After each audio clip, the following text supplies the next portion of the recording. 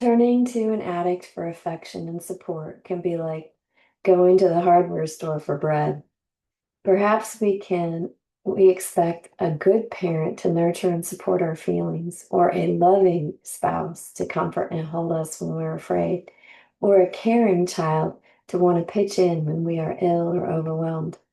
While these loved ones may not meet our expectations, it is our expectations, not our loved ones, that have let us down. Love is expressed in many ways, and those affected by addiction may not be able to express it in the way we would like. But we can try to recognize love whenever and however it is offered.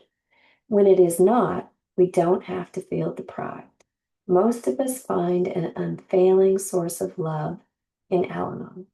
And with encouragement and support of others, we learn to treat our needs as important and appropriate, and to treat ourselves as deserving.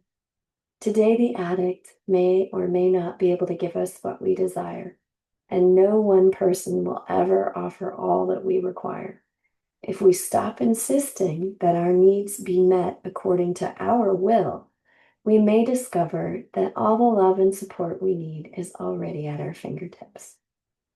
So the quote for today is, "In Al-Anon, I discover in myself the power to throw new light on seemingly hopeless situation. I learn I must use this power not to change the addict over whom I am powerless, but to overcome my own distorted ideas and attitudes." And the quote comes from One Day at a Time in Al-Anon. All right, so here we are. Um, Expectations are killers. And so expecting an addict to meet our emotional needs is completely ridiculous. It ain't gonna happen, guys.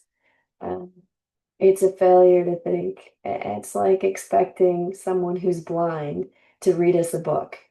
It's just not happening. And the fact that we grieve or mourn or fret or whatever about some other person who's completely unable to meet our expectations is our problem. And it's a problem created by us because our expectations are completely unrealistic.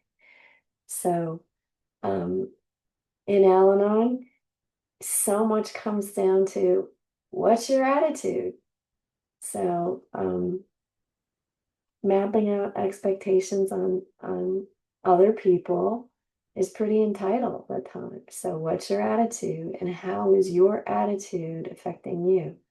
So remember, remember, remember, we're the filter. Everything that comes into us, through our heads, into our hearts, comes through a filter, and we're the filter. So sometimes we gotta take a look at our filter and realize, oh, it's not working. It's not working. It's not even reasonable.